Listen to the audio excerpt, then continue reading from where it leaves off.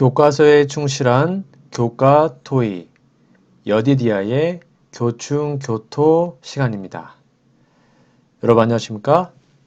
오늘은 제7과 아브라함과 맺은 언약이라는 제목으로 하나님 말씀을 함께 나누겠습니다. 연구 범위를 보시면 창세기 15장부터 19장 29절까지, 로마서 4장 3절, 4절, 9절, 22절, 갈라디아서 4장 21절에서 31절, 로마서 4장 11절, 로마서 9장 9절, 아모스 4장 11절 말씀입니다. 여러분 성경 연구 범위를 꼭 피셔서 직접 읽으시면서 말씀을 연구하시면 좋겠습니다. 기억절입니다. 아브라함 이르되 주 여호와여 무엇을 내게 주시려 하나이까? 나는 자식이 없사오니 나의 상속자는 이 다메섹 사람 엘리에셀이니이다. 창세기 15장 2절 말씀입니다. 기억절 노래 들으시고 이어서 말씀 연구를 진행하겠습니다. 이기 7과 아브람이 이르되 주 여호와여 무엇을 내게 주시려 하나이까? 나는 자식이 없사오니 나의 상속자는 이 다메섹 사람 엘리에셀이니이다. 창세기 15장 2절.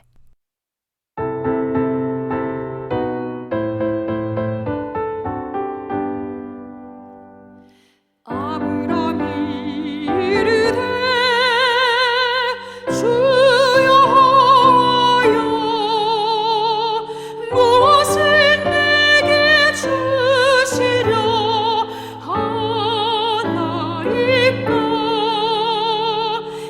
나는 자식이 없사오니 나의 상속자는 이 다메섹 사람 엘리에셀이니이다.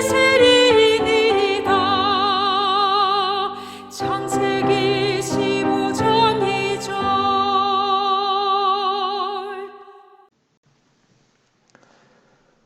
5월 8일 일요일, 제목은 아브라함의 믿음입니다. 교과서 질문해 보시면 창세기 15장 1절에서 21절과 로마서 4장 3절, 4절, 9절, 22절을 읽어보라. 아브라함은 믿음으로 사는 것이 무슨 의미인지를 어떻게 드러내는가? 하나님께서 아브라함에게 행하게 하셨던 제사의 의미는 무엇인가? 여러분 조금 길지만 읽어보시고 답을 적어보세요. 네, 하나님의 약속은 자기의 상태와 상관없이 하나님께서 이루신다는 것을 확신하고 그 때를 기다렸습니다. 그의 제사는 구주의 대속을 믿는 증거였습니다. 옆에 있는 묵상 질문입니다. 어떻게 하면 우리가 우리의 구원을 위한 유일한 희망으로서 그리스도와 그분에 의해 계속해서 집중할 수 있을까요?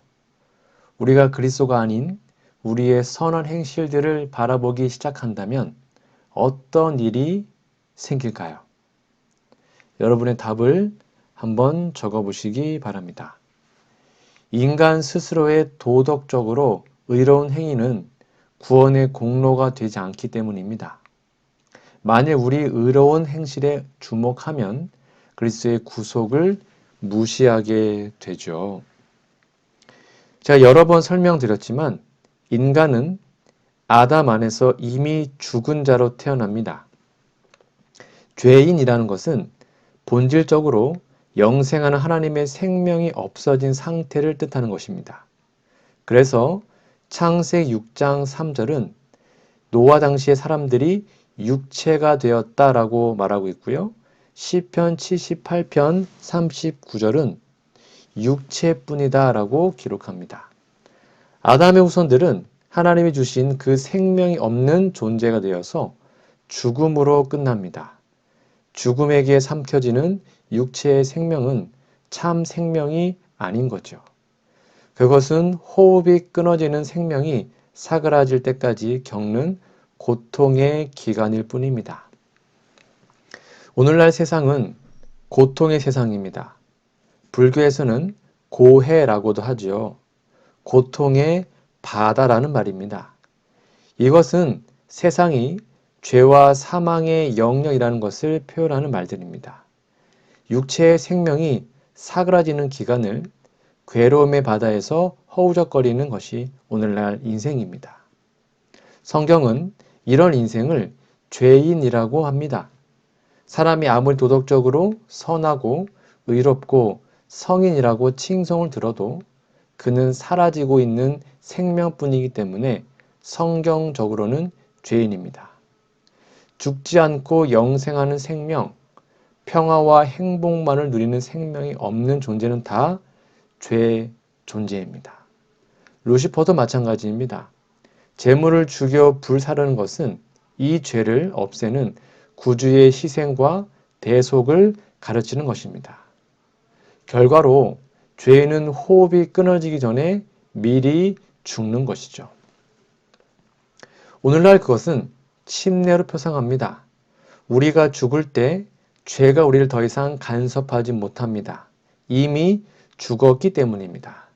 그리고 예수님이 부활하셔서 우리에게 하나님의 생명, 영생하는 그 생명을 주실 때 그분을 믿는 사람들은 이 생명을 얻어서 믿음으로 의가 되는 것입니다. 아담 안에서 죄가 된 것 같이 예수님 안에서 하나님의 의가 되는 것, 이러한 믿음이 우리 안에 있기를 간절히 바랍니다. 일요일 예언의 권면입니다. 아브라함의 믿음의 행위. 이와 같은 아브라함의 믿음의 행위는 우리의 유익을 위하여 기록되었다. 그것은 하나님의 요구가 아무리 심하고 괴로운 것일지라도 신뢰해야 한다는 큰 교훈을 우리에게 가르쳐주며 자녀들에게 부모와 하나님께 온전히 순종하라는 교훈을 준다. 아브라함의 순종을 통하여 우리는 너무 귀중하기 때문에 하나님께 드릴 수 없는 것은 아무것도 없다는 교훈을 배우게 된다. 교회 증언 3권 368페이지에 있는 말씀입니다. 5월 9일 월요일입니다. 제목은 아브라함의 의심. 교과서 질문해 보시면 창세기 16장 1절에서 16절을 읽어보라. 하나님의 약속에도 불구하고 하갈과 동침하기로 한 아브라함의 결정은 무엇을 의미하는가? 두 여인이 믿음의 두 가지 태도를 어떻게 대표하는가? 우리 참고로 갈라디아서 4장 21절에서 31절을 꼭 읽어보시고 비교해 보시기 바랍니다. 네, 정답은 기다려도 아들을 낳을 기미가 보이지 않자 하나님의 약속을 자기가 이루려고 시도했죠. 그래서 이스마엘이 출생합니다. 그러나 이것은 하나님의 약속의 성취가 아니었습니다. 이 사건은 하나님의 약속을 인간의 행함으로 이루려는 것과 약속을 믿음으로 이루는 것을 예표하는 예언적인 사건이 된 것입니다. 옆에 있는 묵상 질문입니다. 이 이야기에서 아브라함이 보였던 믿음의 부족을 우리도 갖기 쉬운 이유는 무엇입니까? 여러분의 답을 한번 적어보세요. 우리도 하나님의 약속을 아브라함처럼 자신이 이루려는 경향이 강한 사람이기 때문입니다. 내가 뭔가 하려는 거죠. 아브라함과 사레 그리고 하갈의 이 사건은 행함으로 말미암은 의와 믿음으로 말미암은 의를 아주 분명하게 깨달을 수 있도록 대조하여 보이는 사건입니다. 갈라디아서에서 바울은 이 사건을 약속의 자녀와 육체의 자녀로 설명하면서 예수님을 믿는 것은 약속의 자녀가 되는 길이고 약속은 하나님이 하셨지만 그 약속을 사람이 이루려고 열심히 행하는 것은 곧 육체의 자녀의 길이라고 가르치고 있습니다. 오늘날 재림교회 내에서도 아브라함과 사레가 하가를 이용하여 아들 낳으려 하는 것 같은 그런 사상이 아주 강합니다. 사람들은 그것을 좀 좋아하는 것 같아요. 하나님이 하신 약속을 자신의 노력으로 성취하려고 애를 씁니다. 그래서 믿음의 삶에 기쁨이 없고 피로하고 힘든 것입니다. 소위 성경 교사들은 이러한 삶을 부추깁니다. 한 가지 단서는 붙입니다. 성령의 역사로라는 말이죠. 자신이 성령을 받아서 노력하여 하나님의 약속을 이루겠다는 것입니다. 그래서 피 흘리는 노력으로 죄를 짓지 않고 율법을 다 지켜서 그것이 하나님께 의가 되도록 해야 한다는 주장이죠. 아주 그럴듯합니다. 즉 사례의 제안은 아브라함이 듣기에 아주 그럴듯했습니다. 그러나 이것은 하나님의 그 약속을 성취할 능력이 없는 자라는 사상을 나타내는 것입니다. 불신이죠. 진정으로 거듭나면 그 사람의 삶을 주장하는 것이 예수님과 예수님의 생명이 됩니다. 곧 갈라디아서 2장 20절 이제 내가 사는 것이 아니로 오직 내 안에 그리스도께서 사는 것이다. 이러한 고백을 하게 되는 것이죠. 핵심은 진정으로 거듭났는가 하는 것입니다. 거듭나지 않으면 영이 된 사람이 아니며 영적인 사람이 되지 않으면 그리스도의 사람이 아닌 것이죠. 그리스도의 사람이라면 예수님처럼 사는 사람이 된 사람이고 그 마음의 생각이 예수님의 생각이 됩니다. 그리고 그러한 생각이 삶을 이루고 결국 그런 사람이 되게 만들어지는 것입니다. 말씀을 통해서. 아브라함, 사레, 하갈의 계획과 그의 실천은 아주 큰 문제점만 만들었을 뿐입니다. 여러분 결코 아브라함처럼 의심하지 마시고 하나님의 뜻이 이루어질 수 있도록 끝까지 인내하시면 좋겠습니다. 월요일 예른신의 권면입니다. 믿음의 부족은 불행을 초래함. 사라의 말을 듣고 하갈을 자신의 아내로 삼음으로써 아브라함은 하나님의 무한하신 능력에 대한 그의 믿음을 시험하는 시험을 견디지 못했을 뿐만 아니라 자신과 사라에게 많은 불행을 초래하고 말았다. 여호와께서는 아브라함에게 하신 약속에 대하여 그가 얼마나 굳건한 믿음과 신뢰심을 가지고 있는지를 시험하시고자 하셨던 것이다. 살아남은 이들 77페이지에 있는 말씀입니다. 5월 10일 화요일입니다. 제목은 아브라함 언약의 표징. 교과서 질문해 보시면 창세기 17장 1절에서 19절과 로마서 4장 11절을 읽어보라. 할례 의식의 영적 그리고 예언적 중요성은 무엇인가? 여러분 읽어보시고 답을 적어보세요. 할례는 믿는 사람이 하나님과 생명의 언약을 맺었다는 것을 증명하는 표입니다.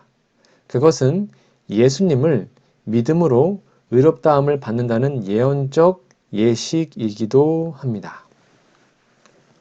옆에 있는 묵상 질문입니다. 아브라함과 사라의 이름의 뜻은 무엇이며 그 이름 속에 담긴 의미는 무엇입니까? 여러분 답을 한번 적어 보시기 바랍니다. 아브라함, 열국의 아버지, 사라는 공주 또는 왕비입니다. 아브라함이 많은 무리의 조상이 되고 사라는 많은 무리의 어머니가 된다는 것을 나타내는데요. 예수님을 믿음으로 교회가 형성되고 온 세상 사람들이 하나님의 백성이 될 수 있다는 것을 나타내는 이름입니다. 창세기 15장에서 하나님 아브라함과 횃불 언약을 맺었지만 17장에서는 이름을 바꾸어 주시며 할례로 언약을 인치셨습니다. 15장에서는 짐승을 잡아 제사하는 것으로 언약을 맺었어요. 근데 17장에서는 남자의 생식기를 베어 피를 흘리는 것으로 언약을 맺어서 짐승이 흘리는 피 대신에 사람이 피를 흘리는 예식을 행하게 하신 겁니다. 출애굽기 4장 25절에 보면 모세의 아내 십보라는 아들을 할례하고 그 포피를 모세에게 던지면서 당신은 피남편이다 라고 말했죠. 피남편이라는 말은 교회가 예수님을 가리키는 말입니다. 예수님께서 십자가에서 그를 믿는 사람들을 구원하는 속죄의 피를 흘리셨습니다. 성경 사도행전 20장 28절에 보시면 여러분은 자기를 위하여 또는 온 양떼를 위하여 삼가라. 성령이 그들 가운데 여러분을 감독자로 삼고 하나님이 자기 피로 사신 교회를 보살피게 하셨느니라 라고 하여서 하나님이 교회를 자기 피로 샀다고 기록합니다. 이 피는 하나님이신 예수님이 십자가에서 흘린 피입니다. 할례가 바로 그 사건을 가리키는 예언적 예식입니다. 그랬을 때 아브라함은 아브라함이 되고 사레는 사라가 되었습니다. 이것은 사레가 어머니가 된다는 것을 약속하는 계명, 즉 이름을 바꿔주신 겁니다. 이삭을 낳기까지는 사라는 어머니가 되지 못했죠. 근데 이삭을 낳음으로 그는 열국의 어머니가 된 것입니다. 그래서 바울은 사라가 하늘에 있는 예루살렘을 상징한다고 하면서 그 하늘 예루살렘이 우리의 어머니라고 가르치고 있습니다. 할례와 계명은 이런 복음의 진리를 나타냅니다. 할례는 그리고 오늘날은 침례로 대체되었습니다. 잘 정리해 두시기 바랍니다. 화요일 예언의 권면입니다. 엄숙한 맹세인 할례의 의미. 하나님께서는 아브라함과 그의 자손을 모든 다른 나라에서 구별하여 특별한 보배로 구별하는 표로 아브라함과 그의 후손에게 할례, 즉 살을 둥글게 베어내도록 요구하셨다. 그들은 이 표로서 다른 민족과 혼인하지 않겠다는 엄숙한 맹세를 하였다. 이방 사람과의 결혼으로 하나님과 하나님의 거룩한 율법을 경외하는 마음을 잃어버리고 주위에 있는 여러 우상 숭배국과 같이 되지 않게 하기 위함이었다. 살아남은 이들 146페이지에 있는 말씀입니다. 5월 11일 수요일입니다. 제목은 약속의 아들. 교과서 질문해 보시면 창세기 18장 1절에서 15절과 로마서 9장 9절을 읽어보라. 손님들을 맞이한 아브라함의 모습 속에서 손님 접대에 관한 어떤 교훈을 배울 수 있는가? 아브라함의 환대에 대한 하나님의 반응을 어떻게 설명할 수 있겠는가? 한번 답을 적어 보시기 바랍니다. 아브라함은 예배하는 마음으로 손님들을 대접했습니다. 이것은 성도들의 생활이 예배라야 한다는 것을 나타내고 있는데요. 하나님께서 아브라함에게 하신 반응은 그의 믿음이 응답될 것을 증명하고 있습니다. 옆에 있는 묵상 질문입니다. 하나님께서 나그네 모습으로 아브라함에게 찾아오신 것의 중요성은 무엇일까요? 여러분의 답을 적어보세요. 하나님의 백성들이 세상에서 나그네와 외국인과 행인이라는 것을 상징적으로 보여주고 있습니다. 히브리서에는 아브라함이나 롯이 손님을 대접한 것을 부지 중에 천사를 대접한 것이라고 표현했습니다. 아브라함을 방문한 세 사람 중에 한 분은 여호와 하나님이셨습니다. 두 사람은 천사인데 소돔으로 가서 롯의 대접을 받았죠. 아브라함은 처음에 그분들이 여호와 하나님이시고 천사인 줄은 몰랐습니다. 롯도 그 두 사람이 천사인 줄을 몰랐어요. 그러나 손님을 대접하는 그들의 삶이 그들을 강권하여 대접했는데 그분들이 하나님의 일행이었던 것을 나중에 알게 되었죠.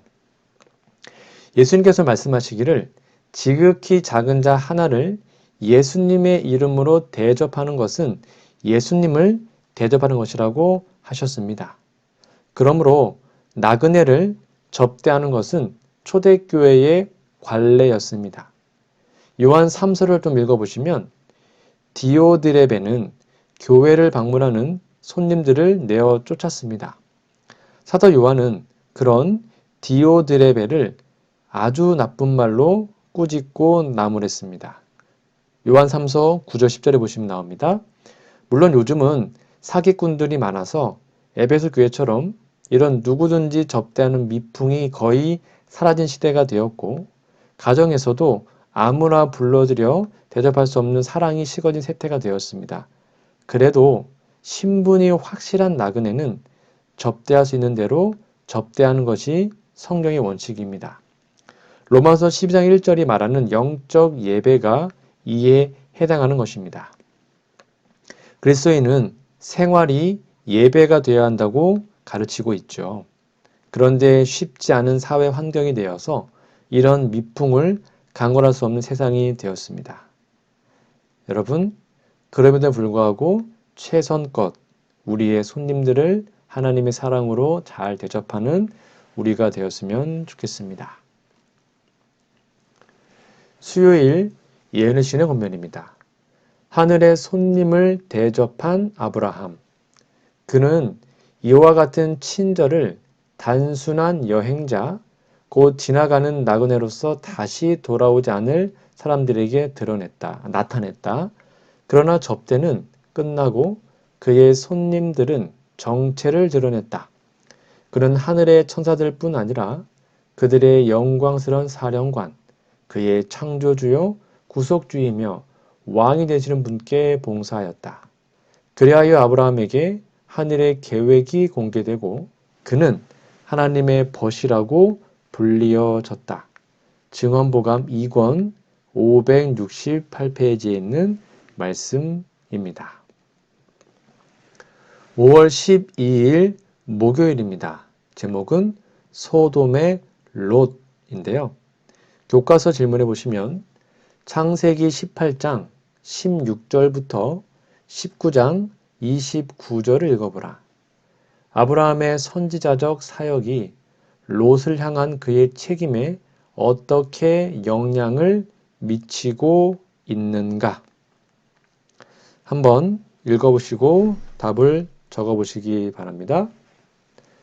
아브라함은 롯을 생각하고 소돔에 의인 10명만 있어도 멸망시키지 않겠다는 하나님의 자비를 알았으나 거기는 롯 한 사람만 의인이었습니다.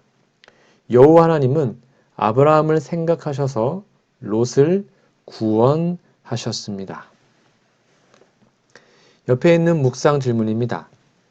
죄에 빠진 소돔의 최후의 모습을 묵상해 보십시오.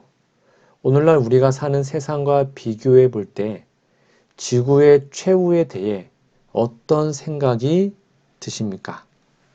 한번 잘 적어보시기 바랍니다.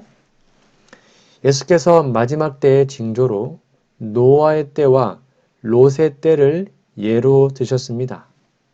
오늘날 사회 현상이 바로 그때와 똑같습니다. 롯은 아브라함의 조카입니다. 아브라함의 큰 형인 하란의 아들인데요. 하란이 우르에서 아버지 데라보다 먼저 죽자 데라의 막내 아들인 삼촌, 바로 아브라함과 함께 성장하며 한 식구 같은 상태로 살았습니다. 그래서 그는 아브라함이 가는 곳에 늘 같이 갔죠. 가나안에도 같이 들어갔습니다. 그러나 축산, 즉 소와 양, 염소 이런 것들이 생업이었는데요. 그거 정말로 이렇게 점점점 늘어나자 목초지가 부족했고 그것 때문에 갈라지게 되었고 롯도 장성한 사람으로 가족과 종들을 거느리고 있었기 때문에 독립을 하게 됩니다. 그는 눈에 좋게 보이는 곳을 아브라함보다 먼저 선택합니다. 소돔이 있는 그 지역의 온 들이 에덴같이 또는 애굽 땅같이 보였기 때문입니다. 그만큼 비옥했던 것이죠. 그러나 소돔은 죄가 관영한 도시였습니다. 에스겔 16장 49절에 보면 내 아우 소돔의 죄악은 이러하니 그와 그의 딸들에게 교만함과 음식물의 풍족함과 태평함이 있음이며 또 그가 가난하고 궁핍한 자를 도와주지 아니하며 거만하여 가증한 일을 내 앞에서 행하였음이라. 그러므로 내가 보고 곧 그들을 없이 하였느니라. 소돔의 죄가 무엇입니까? 소돔은 교만하고 음식물이 풍족해서 태평하고 가난한 자를 도와주지 않고 거만하고 가증한 일을 행했습니다. 롯은 그런 소돔으로 들어간 것입니다.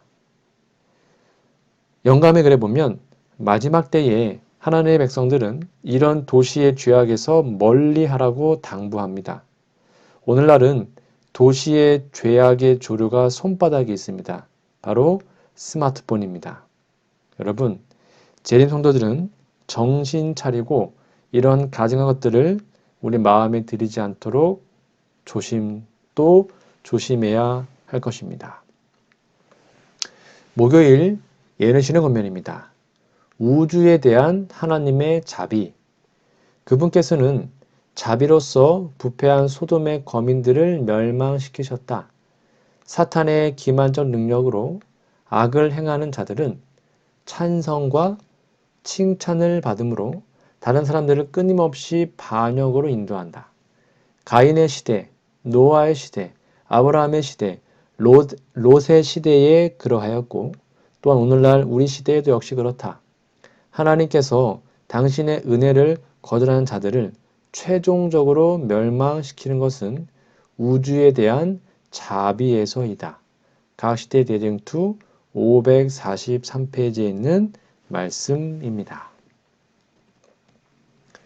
오늘은 제7과 아브라함과 맺은 언약이란 제목으로 함께 말씀을 나눴는데요.